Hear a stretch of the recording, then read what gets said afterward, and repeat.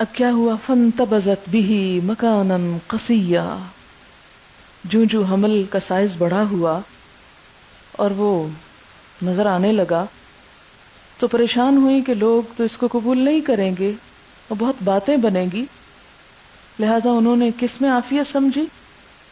اس حمل کو لیے ہوئے ایک دور کے مقام پر چلی گئیں، یعنی اس علاقے کو چھوڑ کر ایک دوسرے علاقے میں چلی گئیں، مراد ہے بیت لحم، بیت لحم۔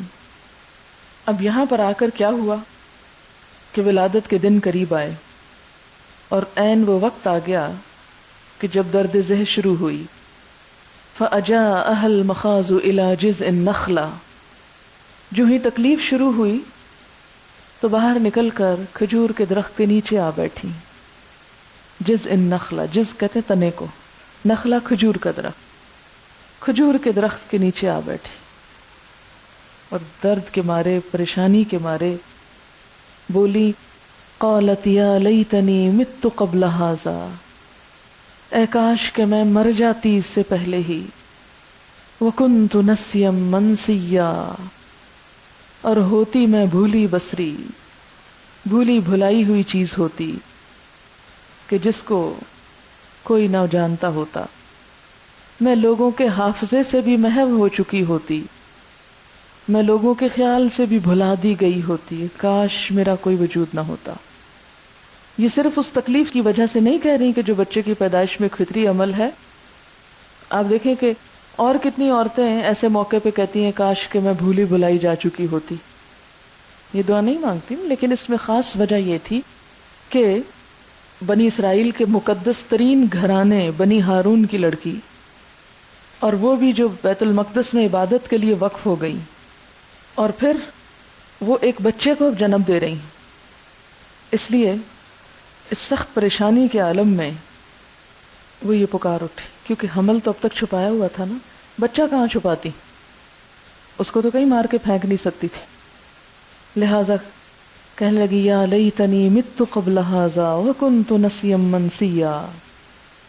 جب بندہ انتہائی دکھ اور کرب اور پریشانی میں گڑ گڑا کے اپنے رب کو پکارتا ہے تو رب بھی پھر اس کی پکار کا جواب دیتا ہے، اجیب دعوت الداعی اذا دعانی، جواب آ گیا، فناداہا، پکارا اس کو، من تحتہا، اس کے نیچے سے، یعنی وادی کے نیچے سے، جہاں پر وہ تھی وہ نیچے کی طرف سے آواز آئی جبریل علیہ السلام کی، اللہ تحزنی، غم نہ کرو، پریشان نہ ہو، قد جعل ربک تحتک سریا، بنا دیا ہے تیرے رب نے تیرے نیچے ایک چشمہ، دیکھ تیرے رب نے تجھ پر کیسا انعام کیا، ایک وہ بچہ جسے اسماعیل کے نام سے دنیا جانتی ہے، اس کے دکھ اور تکلیف اور پیاس کے عالم میں اللہ نے ایک چشمہ جاری کر دیا، زمزم، اور یہاں حضرت مریم کے اس دکھ اور تکلیف اور کرب کے عالم میں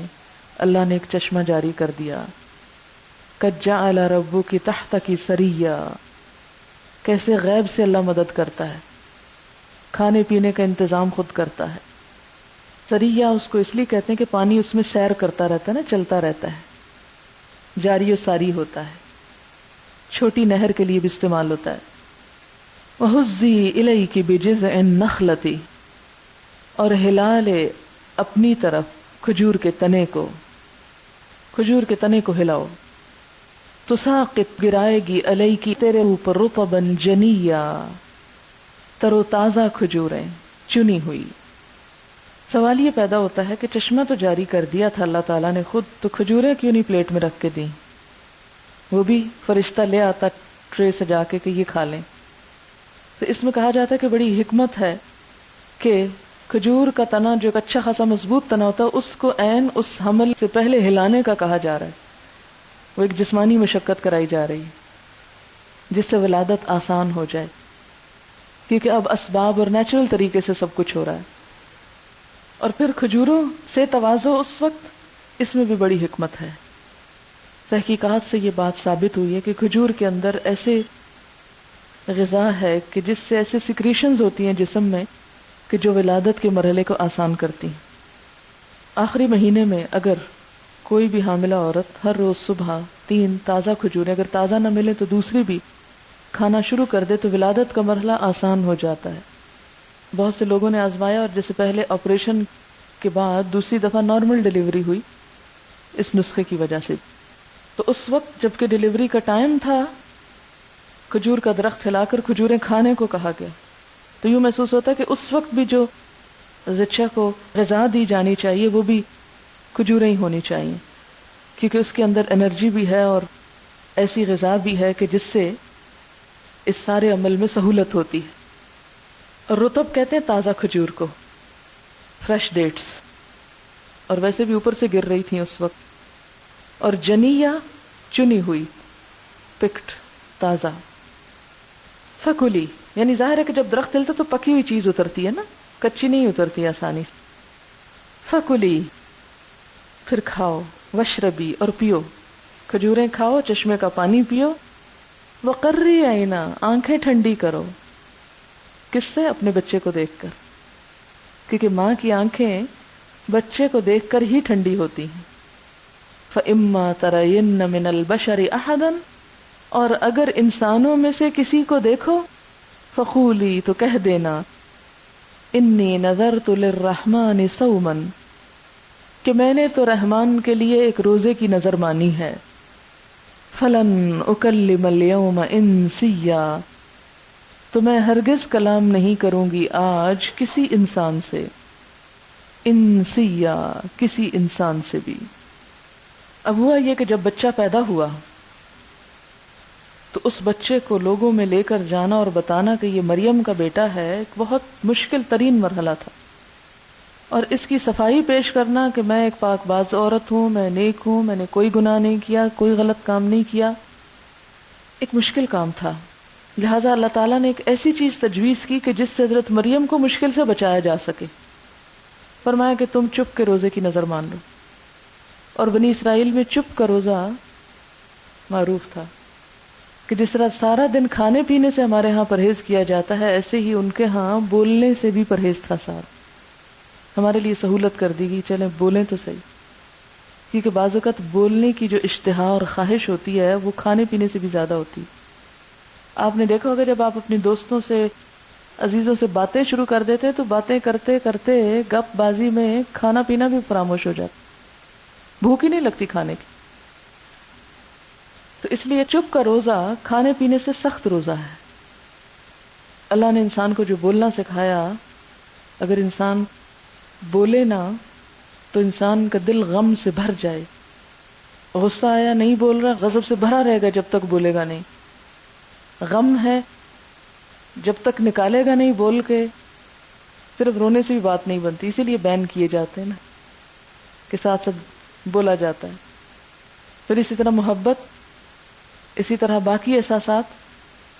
تو جب انسان ان کا اظہار کرتا رہتا ہے تو وہ اسے ریلیکس کرتے جاتے ہیں. اب کیا ہوا؟ فلن اکلم اليوم انسیا میں کسی انسان سے آج نہیں بولوں گی. فاتت به قومها پھر لے آئی اس کو اپنی قوم میں. تحملہ اٹھائے ہوئے اس کو، گود میں بچہ لے کے خود ہی آ گئیں.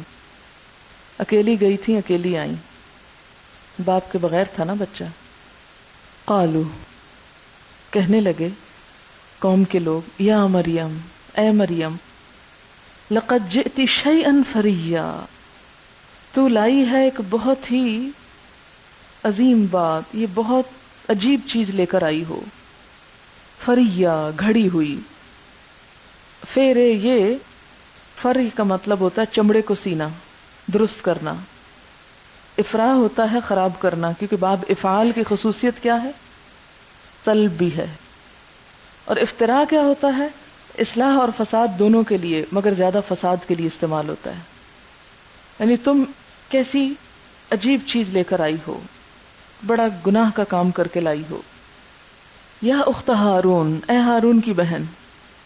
اب ہارون کی بہن ان کو کیوں کہا کہ ہو سکتا ہے ان کے کسی بھائی کا نام ہارون ہو، لیکن عربی محاورے میں جو شخص کسی قوم سے ہوتا ہے اس قوم کی طرف جب اس کی نسبت کی جاتی ہے تو اخ یا اخت کی جاتی ہے، یعنی فلاں قبیلے کی بہن.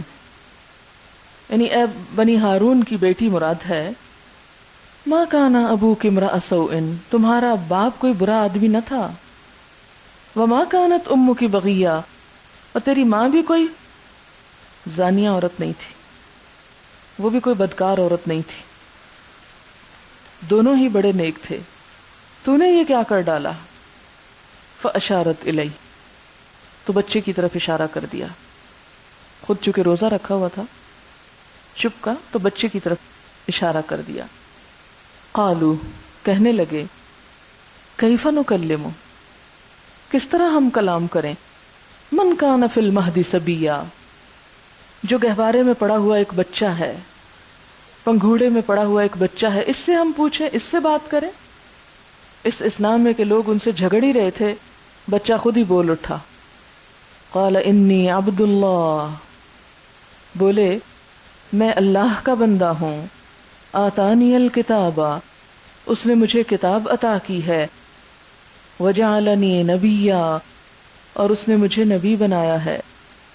یعنی اللہ نے میرے لیے یہ فیصلہ کیا ہوا ہے کہ میں بڑے ہو کر ایک نبی کی طور پر کام کروں گا. وجعلنی مبارکن، اور بنایا ہے مجھ کو مبارک، برکت والا. برکت کا کیا معنی ہوتا ہے؟ ہر چیز میں زیادتی، کامیابی، بلندی. مجھے مبارک بنایا، یعنی ہر جگہ میرا نام بلند رہے گا، میرا کام پھیلے گا. اور آپ کو معلوم ہے کہ حضرت عیسیٰ علیہ السلام وہ واحد پیغمبر ہیں، جب وہ دنیا میں دوسری دفعہ آئیں گے تو پوری دنیا میں اسلام غالب آ جائے گا. حدیث میں آتا ہے نا کہ سجدہ بس صرف اللہ کے لیے ہو جائے گا. اور یہ کیفیت کسی اور پیغمبر نے نہیں دیکھی کہ ساری دنیا ایک ہی کلمہ پڑھنے والی ہو. اور یہاں تک امن و امان ہو جائے گا کہ لوگوں کے اندر حسد، بغض، عداوت یہ نہیں رہے گا. ہے نا عجیب بات؟ ابھی تو امپاسبل لگتا ہے، لیکن ہوگا ایسے انشاءاللہ. آپ صلیب کا خاتمہ کر دیں گے، صلیب توڑ دیں گے، خنزیر کلچر کا خاتمہ کریں گے. خاص طور پر اس حدیث میں الفاظ آتے ہیں وجعلنی مبارکن اینما کنت، میں جہاں بھی ہوں مبارک ہی ہوں گا.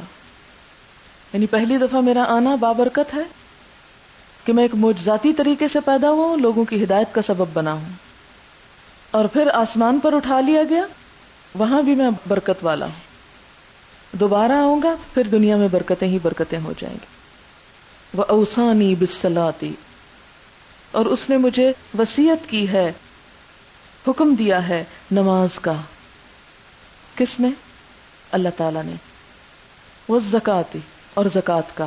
دو چیزیں، حقوق اللہ کی ادائیگی کا اور حقوق العباد کی ادائیگی کا. اس نے مجھے حکم دیا ہے نماز اور زکوٰۃ کا. ما دمت حیا، جب تک کہ میں زندہ رہوں، جب تک کہ میں زندہ ہوں. تو ابھی تو ان پر موت نہیں آئی، تو یوں لگتا ہے جیسے جہاں بھی وہ ہیں شاید وہ خود نماز ادا کرتے ہوں. کچھ نہیں کہا جا سکتا، لیکن یہ مراد اس سے کہ میں زکوٰۃ کا ایک معنی تو وہ مال کا حصہ ہے، اور دوسرا پاکیزگی اختیار کرنا بھی مراد ہوتا ہے. تو مجھے نماز اور زکوٰۃ کی پابندی کا حکم دیا جب تک کہ میں زندہ رہوں، یعنی اللہ کے حقوق بھی ادا کرتا رہوں اور بندوں کے بھی.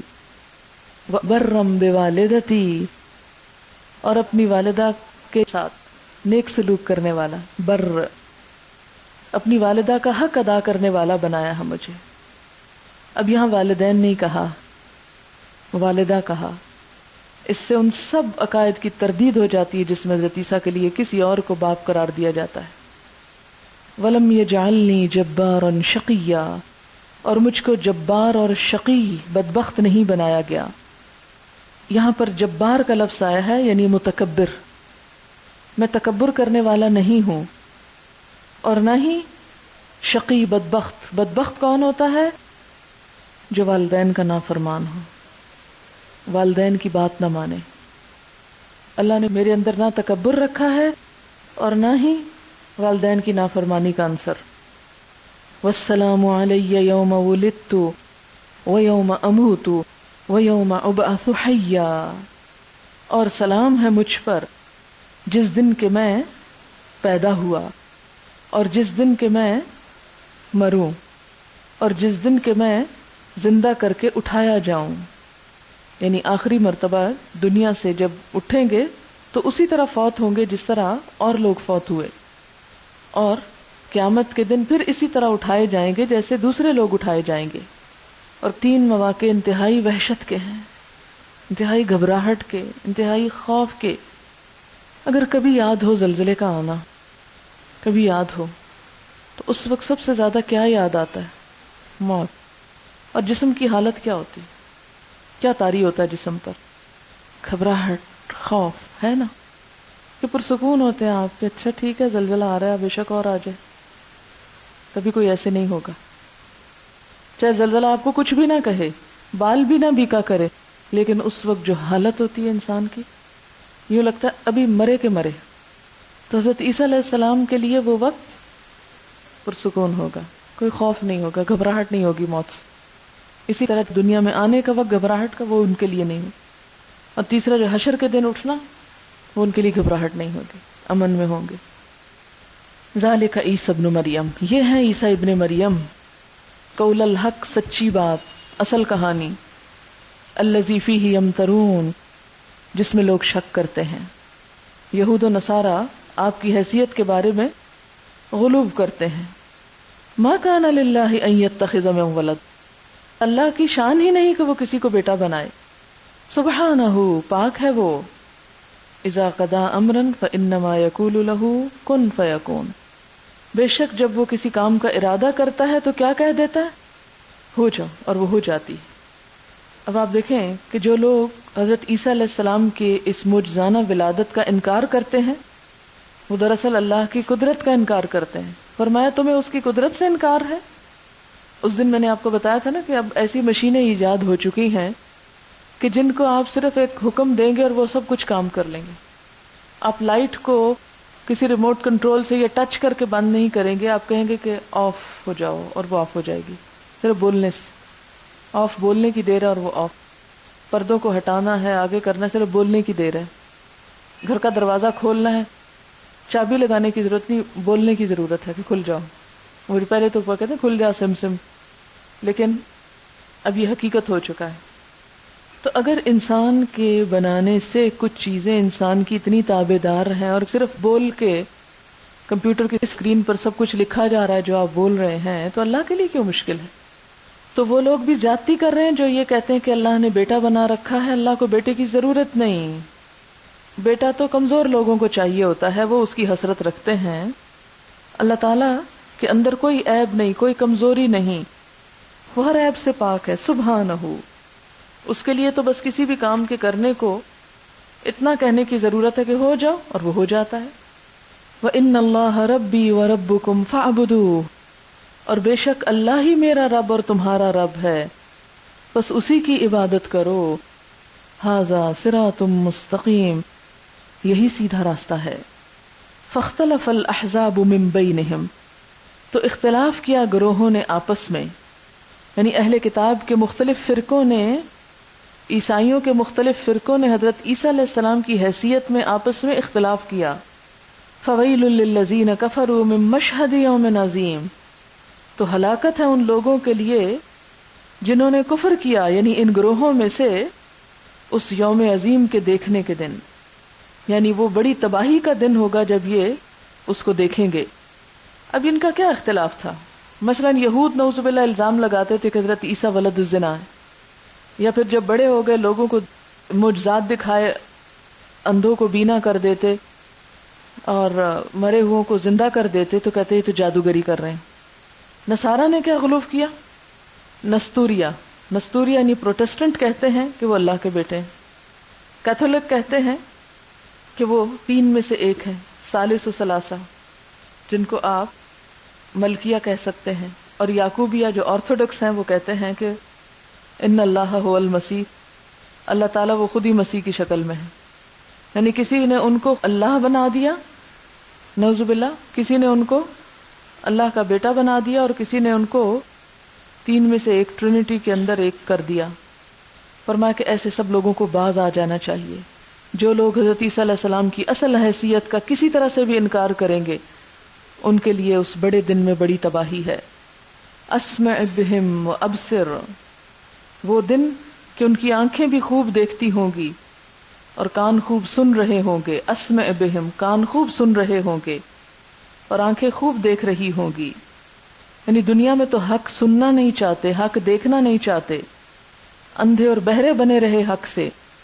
لیکن یوم یأتوننا، جس دن وہ ہمارے پاس آئیں گے اس دن ان کی آنکھیں کھل جائیں گی.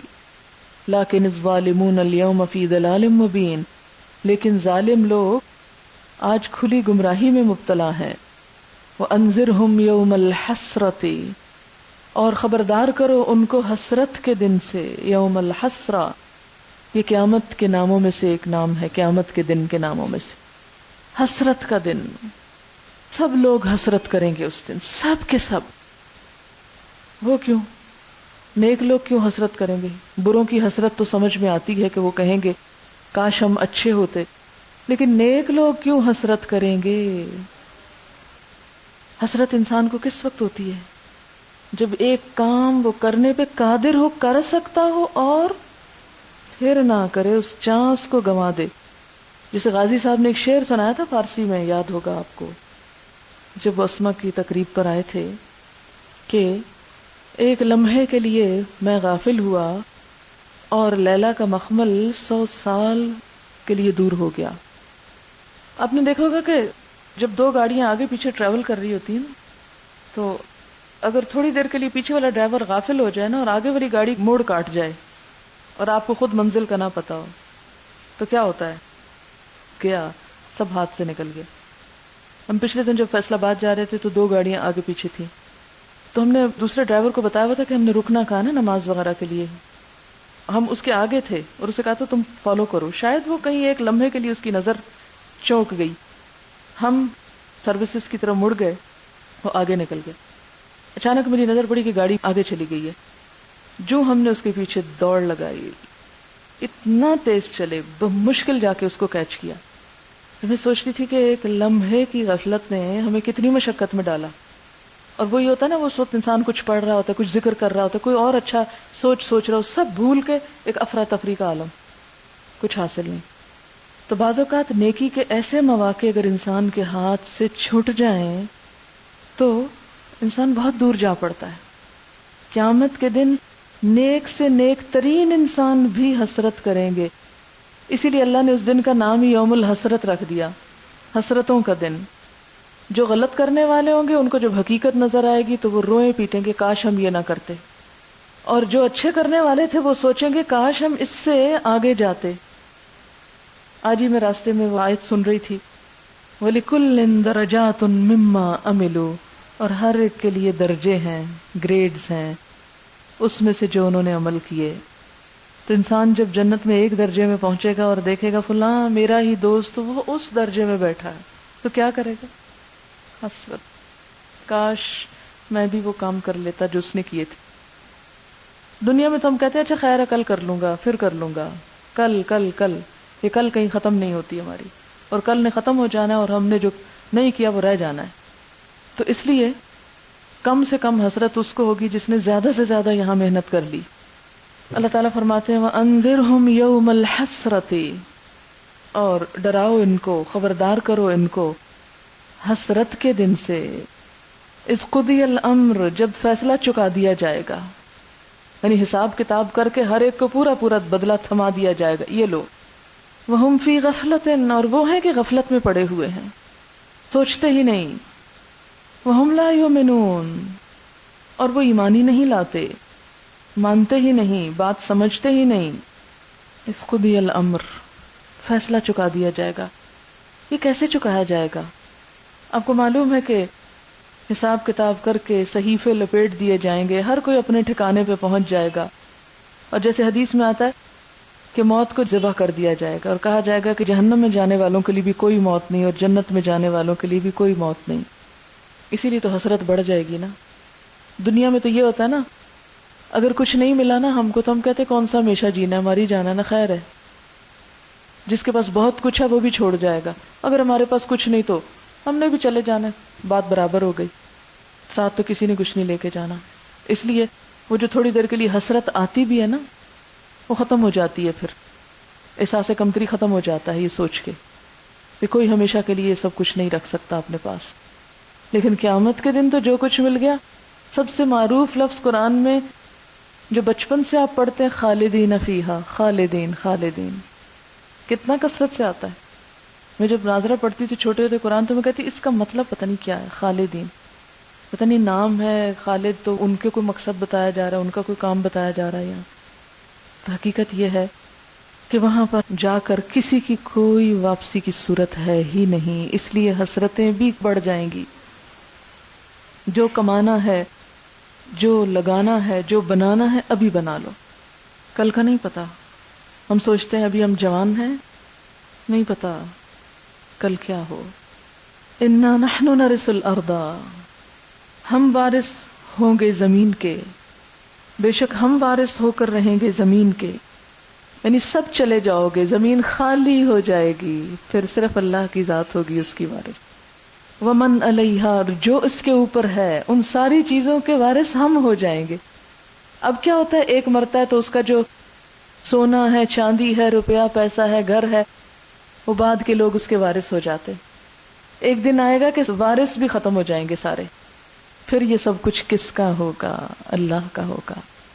انا نحن نرث الارض ومن علیہا والینا یرجعون. آخر کار ہم ہی زمین اور اس کی ساری چیزوں کے وارث ہوں گے اور سب ہماری طرف ہی پلٹائے جائیں گے.